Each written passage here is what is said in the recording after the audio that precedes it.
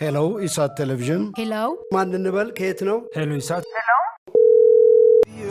ኢሳት ነጻ የህዝብ ሚዲያ ወትሮም ቢሆን የህዝብ አይንና ጆሮ እንደመሆኑ ይህንን የህዝብ ቅሬታ ማስተናገጃ መድረክ አሰናድቷል። በዚህም ያጋጠሙትን ወይም ያስተዋሉትን የመልካም አስተዳደር ችግር፣ የሙስናና የጉዳይ ገዳዮች ጉድኝት፣ የመብት ጥሰትና ስልጣንን ያለአግባብ የመጠቀም ጸረ ዲሞክራሲያዊ አሰራሮችን ይጠቁሙን። የሚመለከተውን የመንግስት አካል በማነጋገር ተጠያቂነት የሚሰፍንበትን መፍትሄ እናፈላልጋለን። በስልክ ቁጥሮች 0901 4588 45 ወይም 0901 45 11 45 በተጨማሪም በ0944 02 11 11 ይደውሉ። ልናስተናግደው ዝግጁ ነን። ኢሳት ነጻ የህዝብ ሚዲያ። አርዕስተ ዜና። የትግራይ ክልል ህዝብ ከፍተኛ ስጋት ውስጥ መሆኑን የክልሉ ነዋሪዎች ገለጹ። ከውጭ በርካታ የአውሮፓ ህብረት አባል ሀገራት በእስራኤል ላይ ማዕቀብ እንዲጣል ግፊት እያደረጉ ቢሆንም ጀርመንና ጣሊያን ግን ተቃውሟቸውን መቀጠላቸው ተገለጸ።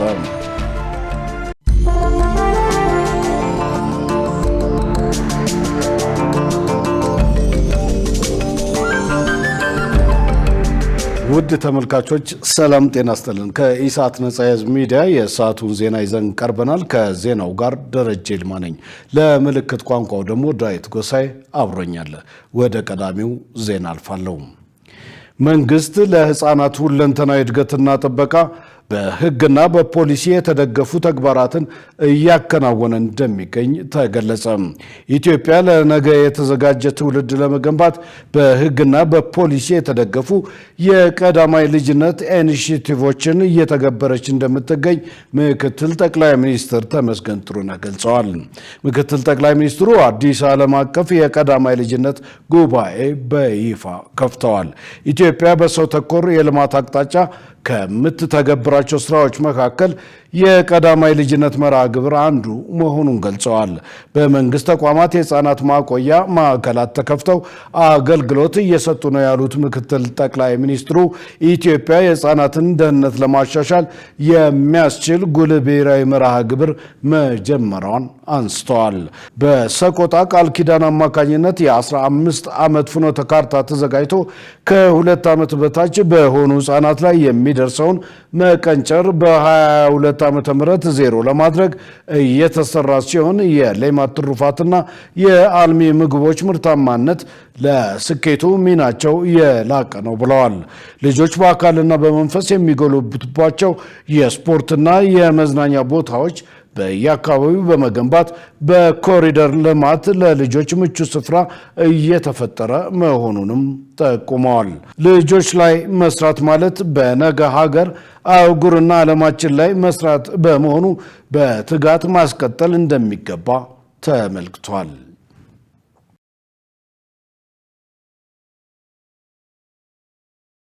ሁሉን አቀፍ የሆነ የጤና አገልግሎት ለመስጠት ጠንካራ የመረጃ ስርዓት ያስፈልጋል ተባለም። ዲጂታል የጤና መረጃ ስርዓት ተግባራዊ በማድረግ ሂደት ውስጥ የሚገጥሙ የመሰረተ ልማት አቅርቦትና ሌሎች ችግሮችን ለመፍታት እየሰራ መሆኑን የጤና ሚኒስቴር አስታውቋል። መሰረት ባዩ የጤና ሚኒስቴር ከግንቦት 3 እስከ 7 ቀን 2018 ዓ.ም በጤና መረጃና በዲጂታል ጤና ፈጠራዎች ላይ ዘላቂ ኢንቨስትመንት በማድረግ የጤና ትሩፋቶችን ማሳደግ በሚል መሪ ሐሳብ የሚያካሂደውን 5ኛው ሀገር አቀፍ የጤና መረጃና ዲጂታል ጤና ሳምንት የመክፈቻ መርሃ ግብር አካሂዷል። በመክፈቻ መርሃ ግብሩ ላይ ንግግር ያደረጉት የጤና ሚኒስትር ዶክተር መቅደስ ዳባ ጠንካራና ዲጂታል የሆነ የጤና መረጃ ስርዓት ለህብረተሰብ ጤና መሻሻል ጉልህ ሚና አለው ብለዋል። ለዚህም የግሉ ዘርፍ ተሳትፎ እንዲሁም ስታርታፖችን አነስተኛና መካከለኛ ኢንተርፕራይዞችን በተጠናከረ መልኩ ማሳተፍ ወሳኝ መሆኑን ገልጸዋል። ዩኒቨርሲቲዎችን በሰው ሀብት ልማት ምርምርና ፈጠራዎችን በማበረታታት ሚናቸውን በመወጣት የመረጃና ዲጂታል ጤና እንዲጠናከር መስራት እንዳለባቸው ተናግረዋል። ሁሉን አቀፍ የሆነ የጤና አገልግሎት መስጠት ካስፈለግን መጀመሪያ መረጃዎች አስፈላጊዎች ናቸው። የጤናውን ዘርፍ ከሌላው ዘርፍ የሚለየው ደግሞ ሁል ጊዜ ከታች ከወረዳ የሚጀምር መረጃ ስርዓት መኖሩ። ዛሬ እንግዲህ ከ47 በላይ የሚሆኑ የዲጂታል ስርዓቶች አሉን። የዲጂታል መሳሪያዎች በአገር አቀፍ ደረጃ አሉን። እነዚህ ውስጥ ደግሞ እንግዲህ በሄልዝኔት የተያዙ ተቋሞቻችንን ስንመለከት ከ3500 በላይ የሚሆኑ ጤና ተቋሞቻችን በሄልዝኔት እርስ በርሳቸው የተያዙ ናቸው። ከ32 ሚሊዮን በላይ የሚሆኑ ዜጎቻችን በዲጂታል ስርዓት ውስጥ የጤና ስርዓታቸው ሪከርዳቸው እንዲገባ ተደርጓል። ይሄንን ስናናበብ በሚሊዮን ደረጃ ስለሆነ ማህበረሰባችን እንደምናውቀው ከ130 ከዛም በላይ ይሆናል ተብሎ የሚገመት ህብረተሰብ ነው ያለን። ከዛ አንፃር አሁንም ገና ጫፍ ላይ ነን ያለነው ማለት ነው። ባለን ነገር ሳቲስፋይድ መሆን ገና የለብንም። በሚኒስቴሩ የስትራቴጂክ ጉዳዮች ስራ አስፈጻሚ ዶክተር ሙሉቀን አርጋው በበኩላቸው ዲጂታል የጤና መረጃና ስርዓት ተግባራዊ በማድረግ ሂደት ውስጥ የሚገጥሙ ችግሮች እንዳሉ ገልጸው በዚህም ላይ ሚኒስቴሩ ከሚመለከታቸው አካላት ጋር በመሆን እየሰራ እንደሚገኝ ጠቁመዋል። ለዲጂታል ቱል ለመጠቀም ኮምፒውተሮች፣ ሞባይል፣ ታብሌትስ እንደዚህ የሚያስፈልጓቸው የተለያዩ አይነት ቱሎች አሉ። ስለዚህ እነዚህ ግብአቶች እነኚህ እቃዎች በበቂ ሁኔታ ካለመሟላት አንጻር በተለያዩ ቦታዎች የሚነሱ ጥያቄዎች አሉ። ሌላኛው የኔትወርክ ስርጭት እና ኔትወርክ ያለ መቆራረጥ ምጣኔ ወይም እሱ ሁኔታ ማለት ነው። ሌላው የመብራት አቅርቦትም ችግሮች አሉ። በመሰረታዊነት ግብአት ብለን የምንላቸው ነገሮች አሉ። የሰው ኃይል ላይ ያሉ ኢሹዎች አሉ። ከክህሎት አንጻር ከተርኖቨር አንጻር የሚነሱ ከዛ ውጪም ከፋይናንስ ጋር በተያያዘም ኢሹዎች አሉ። ከነኚህ ነገሮች ጀርባ በጠቅላላ ፋይናንስ ስለሚኖር ከፋይናንስ ጋር የተያያዙ ጉዳዮች አሉ። እነኛን ለመፍታት ጤና ሚኒስቴር ከክልል ጤና ቢሮዎች፣ ከአጋር ድርጅቶች፣ ከዩኒቨርሲቲዎች ጋር በጋራ በመሆን የተለያዩ ስራዎችን እየሰራ ነው ማለት ነው። በዲጂታል የጤና መረጃ ስርዓት ጥሩ አፈጻጸም ላስመዘገቡ 11 ወረዳዎችና ዩኒቨርሲቲዎች እውቅና ተሰጥቷል። የሰላም ስምምነቶች ውጤታማ እንዲሆኑ የወጣቶች ተሳትፎ የግድ ያስፈልጋል ተባለም። ወጣቶች በስብዕናና በስነ ምግባር ታንጸው ሀገርን ለማቅናት ከታላላቆቻቸው ጋር በቅርበትና በጋራ መስራት እንደሚገባቸው ኢሳት ያነጋገራቸው ወጣቶች ገልጸዋል። መሳይ ገዛኸኝ ወጣቶች ለሰላም ግንባታ፣ ለኢኮኖሚያዊ እድገት እንዲሁም በሀገራት ላይ ለሚከሰቱ ጉዳዮች ሁሉ ግንባር ቀደምና አበርክቷቸው የጎላ እንደሆነ ይታወቃል። ኢትዮጵያ ከህዝብ ቁጥሯ ግማሽ ያክሉን የሚሸፍነው የወጣት ኃይል በሰላም ግንባታም ሆነ በአመራርነት ደረጃ ላይ እንዲሳተፍ ጥረት እያደረገች ሲሆን በዚህም ለውጦች እንዳሉ ይስተዋላል። ሰላም ለማስፈን ሆነ ለማባባስ ትልቁን ሚና የሚጫወተውን የወጣት ኃይል ያላካተተ የሰላም ውይይት ከግብ እንደማይደርስ ለወጣቶች በሰላም ግንባታና ጸጥታ ላይ ስልጠና የሰጡት ዶክተር ታደሰ ብሩ ገልጸዋል። ብዙ ጊዜ ድርድሮች፣ ስምምነቶች የሚፈርሱበት አንዱ ምክንያት ለድርድርም ለስምምነትም የሚጠሩት ከኋላ ያሉት ዋናዎቹ ተዋጊዎች አዋጊዎች ሆኑና እነሱ ቢስማሙም እንኳን ቅራኔ ውስጥ ያሉ ወጣቶች ካልተስማሙ አይቆዩም። ወጣቶችን ካላሳመኗቸው በዛ ስምምነት ውስጥ ወጣቶቹ እንደገና የራሳቸውን እንቅስቃሴ ይጀምሩና ሌላ ሙቭመንት ለመፍጠር እድል ያገኛሉ። ቅራኔዎችን ለማብረድ ተቻችሎ ለመኖር የወጣቶች ይሁንታ ካላገኘ ያ ለረጅም ጊዜ መቆየቱ አጠራጣሪ ያደርገዋል። በሌላ በኩል ወጣቶች ለሰላም ግንባታ ለሀገር መቃናት በምን መልኩ አበርክቶ ማድረግ ይችላሉ ስንል ያነጋገርናቸው ሰልጣኞች የሚከተለውን አስተያየት ሰንዝረዋል። እጅግ በጣም ትኩስ ኃይል ነው። የወጣቱ ኃይል በእውቀት በጥበብ እንዲሁም በስብዕና ሊገራና ሊታነጽ ይገባዋል። ያልተገራና ያልታነጸ የወጣት አእምሮ ለሀገር መጥፋት እጅግ ጉልህ አስተዋጽኦ ያደርጋል። ሀገርን የሚያክል ኃላፊነት ለመረከብ ወጣቱ ምን ያህል ብቁ ነኝ ብሎ ሊያስብ ይገባል። በእውቀት ራሱን ማነጽ፣ ታሪኩን ማወቅ፣ ስብዕናውን መሞረድ እንዲሁም ፖለቲካዊና ኢኮኖሚያዊ ኃላፊነቶችን ተሳትፎችን ለመቀበል ራሱን ዝግጁ አድርጎ ሲገኝ ፊት ከፊት ካሉ ጄኔሬሽኖች ጋር ከታላላቆቻችን ከአባቶቻችን ከወንድሞቻችን ጋር እጅና ጓንት በመሆን ሀገርን ወደፊት ማቅናት ይቻላል። ወጣት ብቻውን ሀገር ሊመራ አይችልም። ምክንያቱም እቺ ሀገር የወጣቶች ብቻ አይደለችም፣ የሁሉም ስለሆነች ከዛ አኳያ ሲቀጥል ደግሞ ከታላላቆች ከአባቶች ከነሱ ደግሞ የምንወስደው የህይወት ልምዶች ይኖራሉ።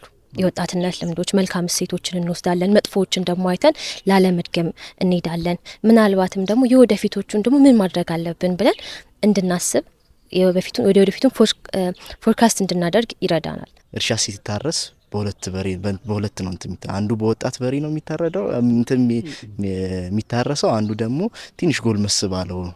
ያኛው አቅም አለው ይሮጣል ወጣቱ በሬ፣ ያኛው ደግሞ ዘግየት ብሎ ነገሮችን ዋይዝሊ የመስራት እንትን አለውና ክሎት አለው። የወጣቱ ቢሆን ልክ በቃ ቀጥታ ነገሮችን በጉልበት ማድረግ ነገሮችን ቀጥታ ማየት ይችላል ያረጋል።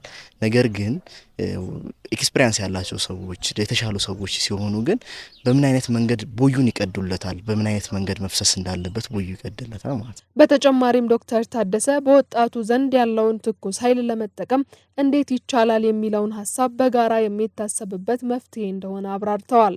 መጥፎ ነገርም ለመስራትም አገሩን ችግር ውስጥ ለመጣልም አገር ከችግር ለማውጣትም ያለው ኃይል ወጣቶች ናቸው። እንዴት እንጠቀምበታለን? እኛ እንወስነው። እኛ ስንል ደግሞ ሁላችንም፣ በተለይ ደግሞ ወጣቶች ራሳቸው። ወጣትን ለብቻው ከሶሳይቲው ነጥዬ ብቻ ባትሳተኩር በተናጠል እንዲሰራ መገፋፋት አይደለም። በተናጠል ከተሰራ ጄኔሬሽናል ጋፕ እንፈጥራለን።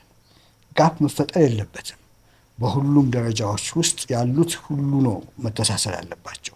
ወጣቶች ያለ ወላጆቻቸው ያለ ታላላቆቻቸው ብዙ ነገሮች እንዲሰሩ አይመከርም። ታላላቆችም ደግሞ ያለ ወጣቶች እንዲሰሩ አይመከርም። አብሮ እንዲሰራ ነው። የዚህን ዜና ሙሉ ዝግጅት ከዕለቱ የዜና ወጃ በኋላ እንድትከታተሉት በአክብሮት እንጋብዛለን። የትግራይ ክልል ሕዝብ ከፍተኛ ስጋት ውስጥ መሆኑን የክልሉ ነዋሪዎች ገለጹ።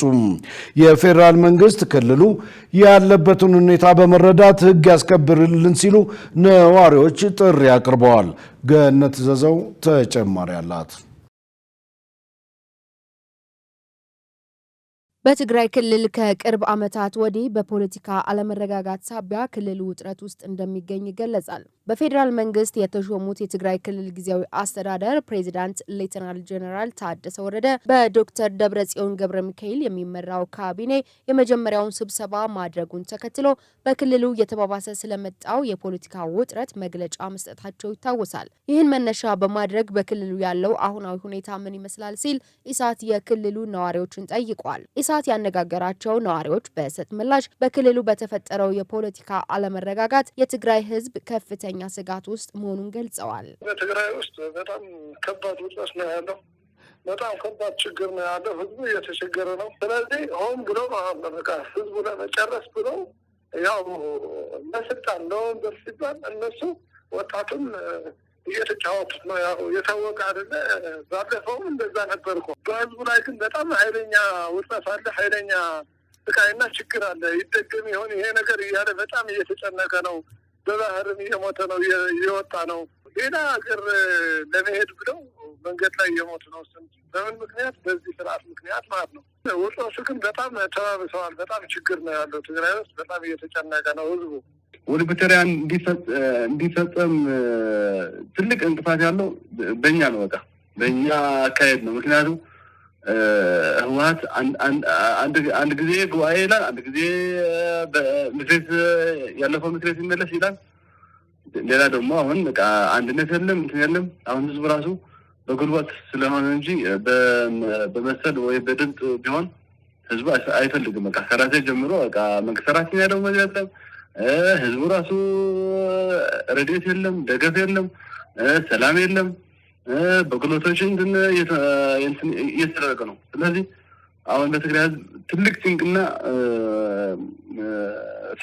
ስርዓት ነው ያለው በትግራይ ህዝብ። በተያያዘም የፌዴራል መንግስት ክልሉ አሁን ያለበትን ሁኔታ በመረዳት ህግ ያስከብርልን ሲሉ ነዋሪዎቹ ጥሪ አቅርበዋል። ህዝብ ይዘህ ተረጋግተህ በቃ የትግራይ ህዝብ በደንብ በሁሉ መልክ ወደ አንተ እንዲመጣ የተመቻቸው ሁሉ ነገር አድርገህ ቢያንስ ህዝቡ እዛ እያለ የሆነ ነገር በፌዴራል ላይ ትልቅ ተስፋ አለው። ስለዚህ ተስፋውን በደንብ አድርጎ አሪፍ እንዲያደርግ ፌዴራሉ በደንብ ለትግራይ መያዝ አለበት ላለው ለወጣቶቹ ደግሞ ሁሉም ተሰብስበው በቃ ስብሰባ ሲያደርጉ እኛ እንፈልጋቸውም። በቃ እናንተ ወሮድልን፣ በቃ 50 ዓመት ተሰቃይተናል፣ እኛ ወጣቶች መስራት አልቻልንም፣ ህይወታችን ተመጥብጠዋል። ስለዚህ እናንተ ወሮድልን፣ አዲስ በፌዴራል መንግስት የተመረጠ አለ፣ ከፈለገ ይግደለን፣ ከፈለገ ያኑረን፣ በቃ እሱ ነው የምንፈልገው ብሎ የሆነ ነገር ሲደረግ የጦርነት አባዜ ወይም ስብሰባ ወይም የሆነ ነገር ሲደረግ እኛ አንፈልግም። በቃ እኛ የሚሰበስበን አካል አለ።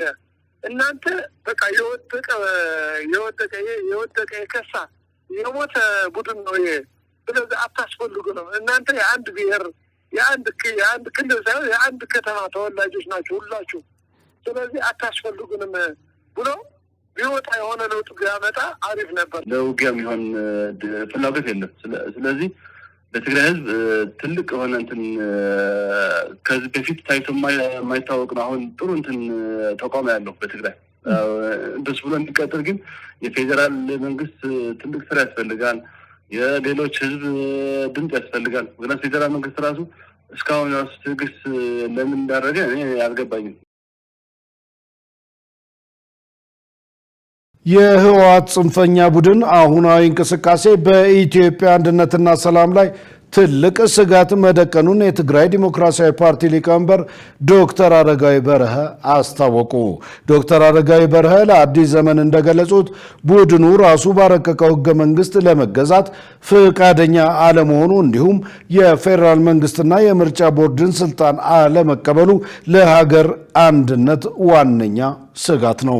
ጽንፈኛ ቡድኑ ህዝቡ ለጦርነት እንዲዘጋጅና የሰው ኃይል እንዲያዋጣ እያደረገ ያለው ግፊት ሀገሪቱ ወደ ሌላ የከፋ አደጋ ሊከታት እንደሚችል አመልክተዋል።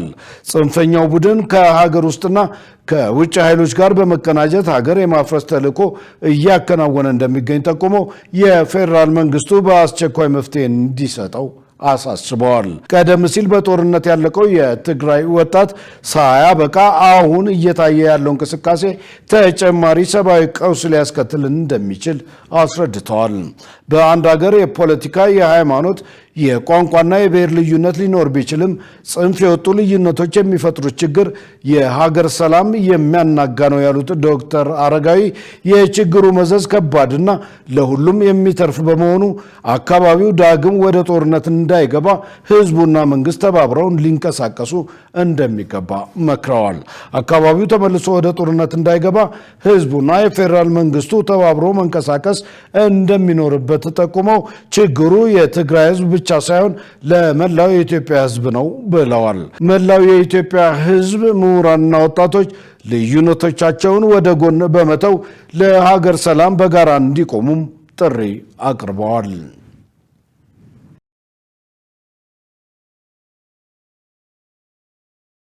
ውድ ተመልካቾች ከኢሳት ነጻ ህዝብ ሚዲያ አሁን ደግሞ የቢዝነስ ዘገባዎችን ወደ እናንተ እናደርሳለን። ገነት ዘዘው እየጠበቀችን ነው። ወደዛው እንለፍ።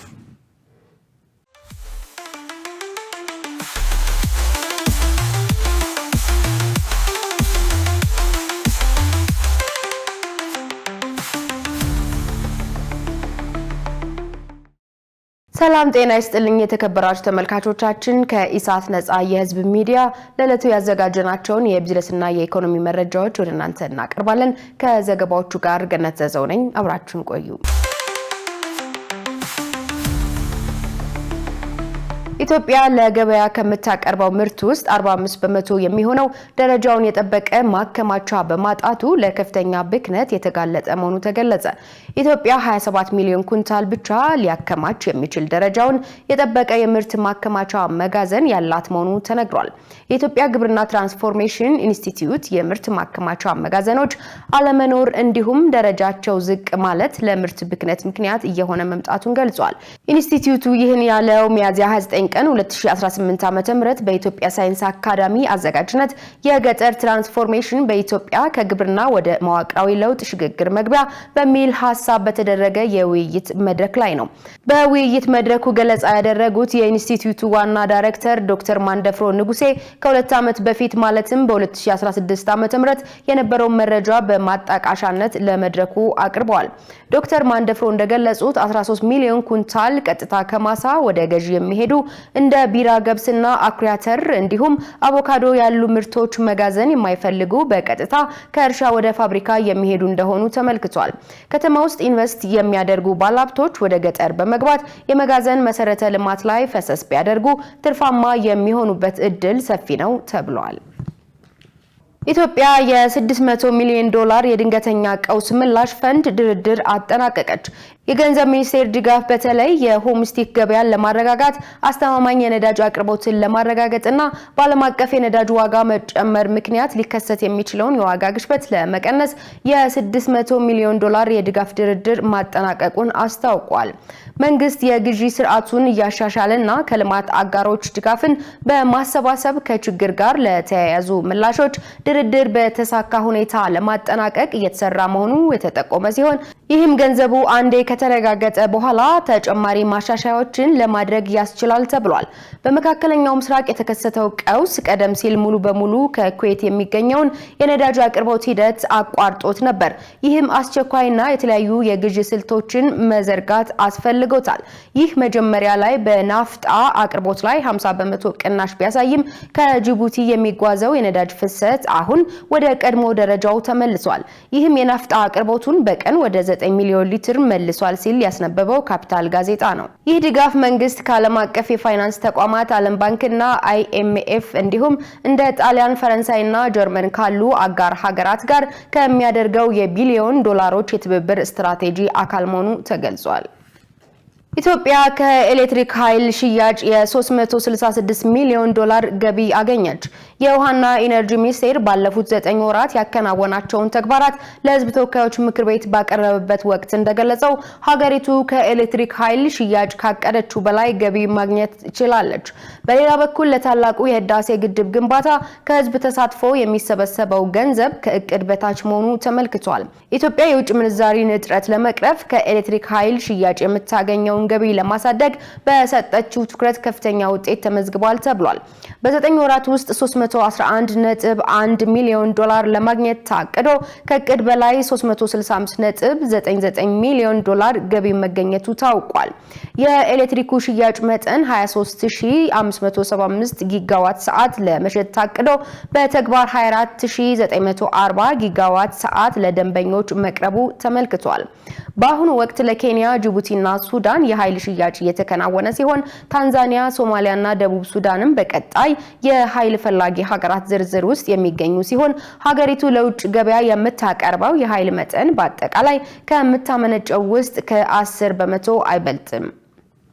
የአፍሪካ የ$1.2 ትሪሊዮን የዕዳ ጫና የአህጉሪቱን እድገት ስጋት ላይ መጣሉ ተገለጸ።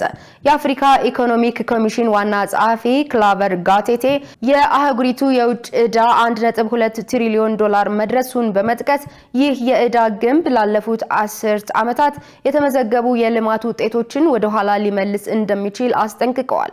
በአሁኑ ወቅት የአፍሪካ ሀገራት የዕዳ ጫና ዘላቂነት ከሌላው ደረጃ ላይ መድረሱ የተገለጸ ሲሆን በተለይም ከመንግስት ጠቅላላ ገቢ ውስጥ ከ25% በላይ የሚሆነው ለዕዳ ወለድና ለዋና ክፍያ እየዋለ ይገኛል።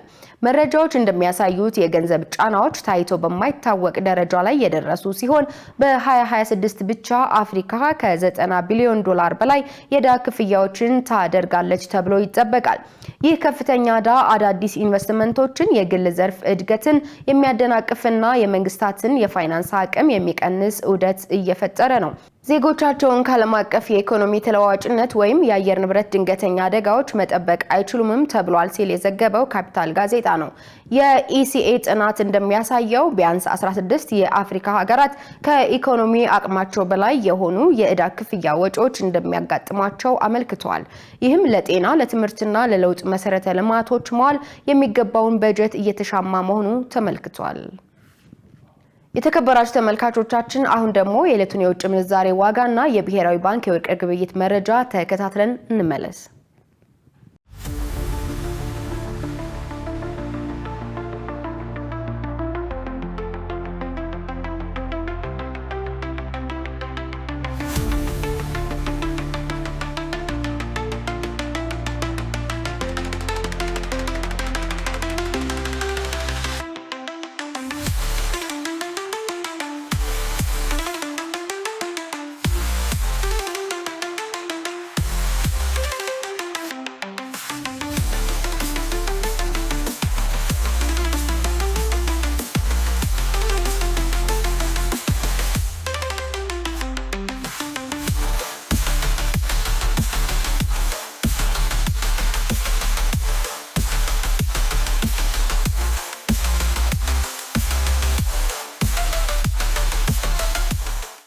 ተመልካቾቻችን ለዕለቱ ያዝናቸው የቢዝነስና የኢኮኖሚ መረጃዎች በዚሁ ተጠናቀዋል። ወደ ቀጣይ ዜና ላሳልፋችሁ።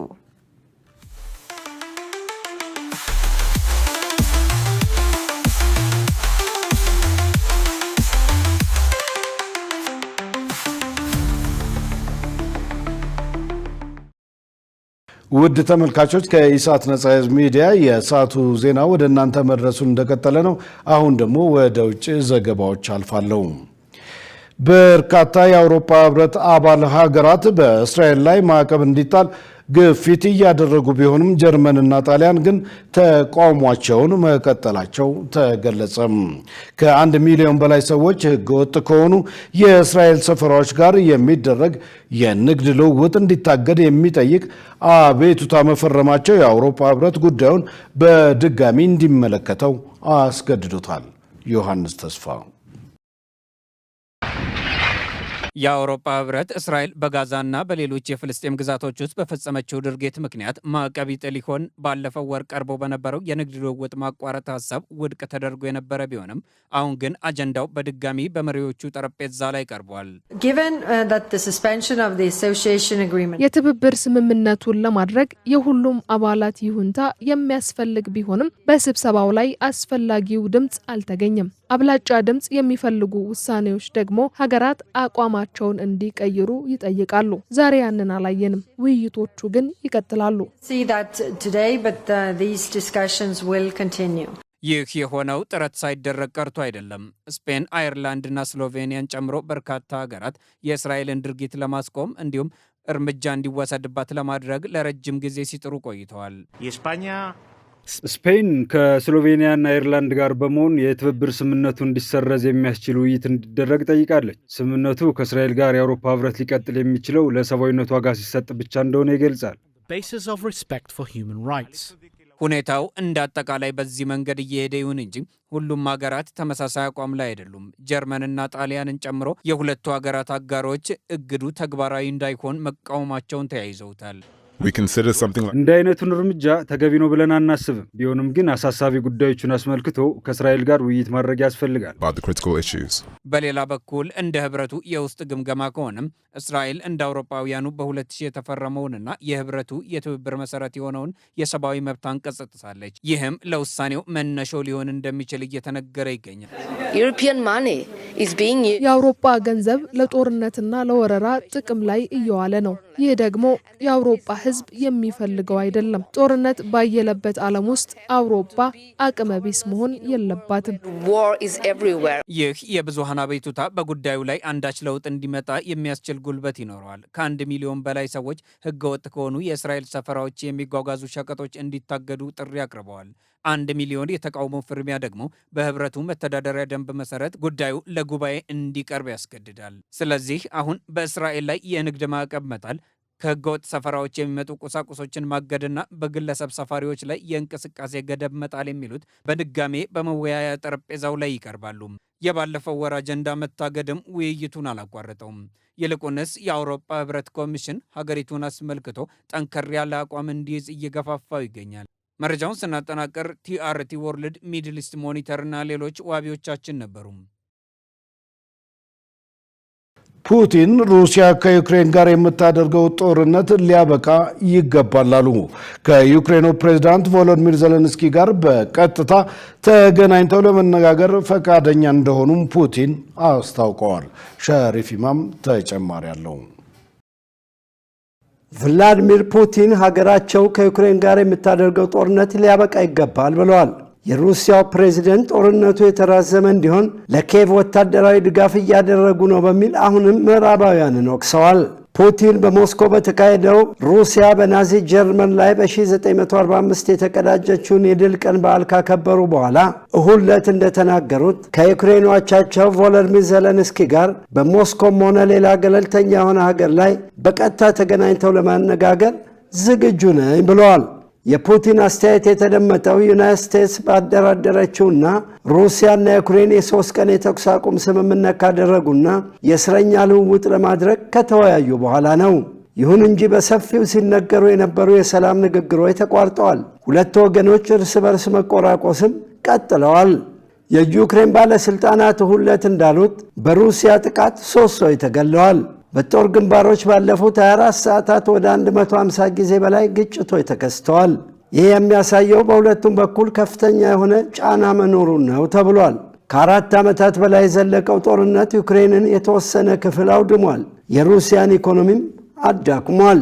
በአውሮፓ ከሁለተኛው የዓለም ጦርነት ወዲህ የሩሲያ ዩክሬን ጦርነት እጅግ አውዳሚ የተባለው ጦርነት ነው። ፑቲን ለሪፖርተሮች እንደነገሩት እንደማስበው ጉዳዩ ወደ መቋጫው ተቃርበዋል ብለዋል። የሩሲያው መሪ አክለውም ከዘለንስኪ ጋር ለመገናኘት ፈቃደኛ ነኝ፣ ይህ የሚሆነው ደግሞ የሰላም ስምምነት ከተደረገ በኋላ ነው ብለዋል። ክሬምሊን የአሜሪካው ፕሬዚደንት ዶናልድ ትራምፕ ኦገስት 2025 የሶስትዮሽ ንግግር በዘለንስኪ ፑቲንና በትራምፕ መካከል እንዲደረግ የቀረበውን ሐሳብ ውድቅ አድርጓል። ይህ የመጨረሻ ነጥብ ነው እንጂ ስምምነቱ ራሱ አይደለም ብለዋል ፑቲን።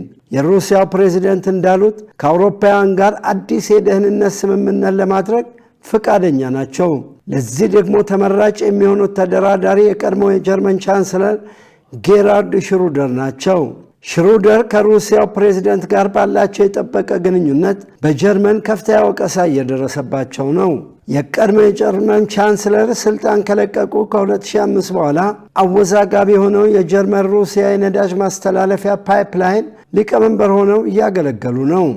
ምዕራባውያን የኔቶ የደህንነት ትብብርና መስፋፋት እንዲሁም ሩሲያን የመክበብ ሁኔታ አንዱ በፌብሩዋሪ 2022 ዩክሬንን ለመውረር በሩሲያ በኩል እንደ ምክንያት ይቀርባል። የኔቶ መስፋፋት ለሩሲያ የሞትና የሽረት ጉዳይ ነው ብለዋል ፑቲን። አክለውም ምዕራባውያን አገራት ሩሲያ ትሸነፋለች ወይም መንግስቷ ይወድቃል በሚል ወራቶችን አሳልፈዋል። ይህ ፈጽሞ የሚሰራ አይደለም ብለዋል። መረጃው የአልጀዚራ ነው። ውድ ተመልካቾች ከኢሳት ነጻ ህዝብ ሚዲያ የሰዓቱ ዜና ወደ እናንተ መድረሱ እንደቀጠለ ነው። አሁን ደግሞ የስፖርት ዘገባዎችን ወደ እናንተ የምናደርስበት የአየር ጊዜ ላይ ደርሰናል። ሙሉ ቀን ሰለሞን ይጠብቀናል። ወደዛው እንለፍ። ለጤንነት፣ ለምርት፣ ለወዳጅነት ሰላም ጤና ይስጥልን ተመልካቾቻችን፣ ከኢሳት ነጻ ህዝብ ሚዲያ ለዕለቱ ያዘጋጀናቸውን የስፖርት መረጃዎች ይዘን ቀርበናል። ከመረጃዎቹ ጋር ሙሉቀን ሰለሞን ነው። 17ኛው የአውሮፓ ቀን የህፃናት ሩጫ በአዲስ አበባ ተካሄደ። ታላቁ ሩጫ በኢትዮጵያ ከአውሮፓ ህብረት ጋር በመተባበር ያዘጋጀው 17ኛው የአውሮፓ ቀን የህፃናት ሩጫ በትላንትናው ዕለት በኢትዮጵያ ስፖርት አካዳሚ ተካሂዷል። በዕለቱ ከ2000 በላይ ህፃናትና ቤተሰቦቻቸው እንደተገኙም ታላቁ ሩጫ አስታውቋል። በሩጫው እድሜያቸው እስከ 14 ዓመት የሆኑ ታዳጊዎች በአራት የእድሜ ዘርፎች ማለትም ከ14፣ ከ11፣ ከ8 እና ከ5 ዓመት በታች ተከፋፍሎ የተሳተፉ ሲሆን በሁሉም የእድሜ ዘርፎች ለተሳተፉ ህፃናት የእውቅና ሜዳሊያ፣ አሸናፊ ለሆኑት ደግሞ ልዩ ሽልማቶች እንደተበረከተላቸው የባህልና ስፖርት ሚኒስቴር ገልጿል። የአውሮፓ ቀን የህፃናት ሩጫ በየዓመቱ የሚካሄድ ሲሆን ዋና ዓላማውም በኢትዮጵያና በአውሮፓ ህብረት መካከል ያለውን ወዳጅነት በስፖርትና በባህል ልውውጥ ለማክበር መሆኑን ሚኒስትሩ ጨምሮ ገልጿል። የሃላባ እግር ኳስ ቡድን አባላት የመሬትና የገንዘብ ሽልማት ተበረከተላቸው። የከፍተኛ ሊግ ሻምፒዮን በመሆን በታሪኩ ለመጀመሪያ ጊዜ ወደ ፕሪሚየር ሊግ ላደገው የሃላባ ከተማ እግር ኳስ ቡድን አባላት እውቅናና ሽልማት መሰጠቱን የሃላባ ዞን አስተዳደር አስታውቋል። ዞኑ እንዳስታወቀው ለእግር ኳስ ቡድን አባላት ለእያንዳንዳቸው 120 ካሬ የመሬት ስጦታና የገንዘብ ሽልማት አበርክቷል። በዘንድሮው የፊፋ የዓለም ዋንጫ ከአንድ በላይ የመክፈቻ ስነ ስርዓት እንደሚዘጋጅ ተገለጸ። ፊፋ በዘንድሮ የ26 ዓለም ዋንጫ ውድድር ከአንድ በላይ የመክፈቻ ስነ ስርዓት እንደሚያዘጋጅ ገልጿል። ካሁን ቀደም ዓለም ዋንጫን ጨምሮ ታላላቅ ውድድሮች ሲዘጋጁ አንድ የመክፈቻ ስነ ስርዓት ሲዘጋጅ የነበረ ቢሆንም በዘንድሮ የዓለም ዋንጫ ግን ሶስቱም አዘጋጅ ሀገራት የመጀመሪያ ጨዋታ ሲያደርጉ የመክፈቻ ስነ ስርዓት እንደሚኖር ተነግሯል። በተጨማሪም የአሜሪካን 250ኛ ዓመት ምስረታ በዓል ለማክበር ተጨማሪ ልዩ ሁለት የመክፈቻ ስነ ስርዓቶች እንደሚደረጉ ፊፋ አስታውቋል። ዝግጅቱም የአሜሪካ የነጻነት ቀን በሚከበርበት ዕለት ጁላይ 4 በሂውስተንና ፊላደልፊያ በሚደረጉ ጨዋታዎች ላይ እንደሚደረጉ ተገልጿል። ለነዚህ ዝግጅቶች ፊፋ በየስነ ስርዓቱ የሚከፋፈሉ ሙዚቀኞች ማዘጋጀቱንም ገልጿል። 23ኛው የፊፋ የዓለም ዋንጫ በአሜሪካ፣ ሜክሲኮና ካናዳ ጣምራ አዘጋጅነት ከፊታችን ጁን 11 እስከ ጁላይ 19 ይካሄዳል። ባርሴሎና የ25-26 የላሊጋ አሸናፊ መሆኑን አረጋገጠ። የካታሎኑ ክለብ ባርሴሎና ሪያል ማድሪድን 2-0 ማሸነፉን ተከትሎ የ25-26 የውድድር ዘመን የስፔን ላሊጋ አሸናፊ መሆኑን አረጋግጧል። ባርሴሎና በአዲሱ ካምፕ ኑ ስታዲየም ባደረገው የመጀመሪያ የኤል ክላሲኮ ጨዋታ 29ኛ የላሊጋ ዋንጫውን አሳክቷል። ክለቡ በኤል ክላሲኮ ጨዋታ ቀን የሊጉን አሸናፊነት ሲያረጋግጥ በታሪክ ለመጀመሪያ ጊዜ ሆኗል። ከባርሴሎና በተጨማሪ በጣሊያን ኢንተር ሚላን፣ በጀርመን ባየር ሙኒክ፣ በፖርቹጋል ፖርቶ፣ በቱርክ ጋላታሳራይ የውድድር ዘመኑ ሻምፒዮን መሆናቸውን ማረጋገጣቸው ይታወሳል። ሁለት ጨዋታዎች በሚቀሩት የእንግሊዝ ፕሪሚየር ሊግ እና የፈረንሳይ ሊጋን ደግሞ አርሰናልና ፒኤስጂ የሻምፒዮንነት እድሉ በእጃቸው ላይ ይገኛል። በመጨረሻም በእንግሊዝ ፕሪሚየር ሊግ 36ኛ ሳምንት የጨዋታ መርሃ ግብር የመጨረሻ ጨዋታ ዛሬ ምሽት 4 ሰዓት ላይ በቶተናም እና በሊድስ ዩናይትድ መካከል ይካሄዳል። በደረጃ ሰንጠረዡ በ37 ነጥቦች 17ኛ ደረጃ ላይ የተቀመጠው ቶተንሃም ሆትስፐር በ43 ነጥቦች 16ኛ ላይ የተቀመጠው ሊድስ ዩናይትድን በሜዳው ያስተናግዳል። ትላንት በአርሰናል 1-0 ከተሸነፉ ዌስትሃም በአንድ ነጥብ ብቻ በልጦ ከወራጅ ቀጠናው አንድ ደረጃ ከፍሎ የሚገኘው ቶተንሃም ከወራጅ ቀጠናው ስጋት ለመውጣት የዛሬውን ጨዋታ ማሸነፍ ይጠበቅበታል። በአንጻሩ ሊድስ ዩናይትድ ከትላንቱ የዌስትሃም ነጥብ መጣል በኋላ እንደማይወርድ አረጋግጧል። ተመልካቾቻችን ከኢሳት ነጻ ህዝብ ሚዲያ ለሰዓቱ ያዘጋጀናቸው የስፖርት መረጃዎቻችን የተከታተላችኋቸውን ይመስሉ ነበር። ከመረጃዎቹ ጋር ሙልቀን ሰለሞን አብሬያችሁ ቆየሁ። መልካም ጊዜ ይሁንላችሁ። ለጤንነት ለምርት ለወዳጅነት ውድ ተመልካቾች ከኢሳት ነጻ ህዝብ ሚዲያ የሰዓቱ ዜና የእስካሁን ነበር። ከዜናው ጋር ደረጀ ይልማ አብሬያችሁ ቆይቻለሁ። ለምልክት ቋንቋውም እንደዚሁ ዳዊት ጎሳይ አብሮኝ ነበረ። ከቀሪ የኢሳት ዝግጅቶች ጋር ሰናይ ጊዜ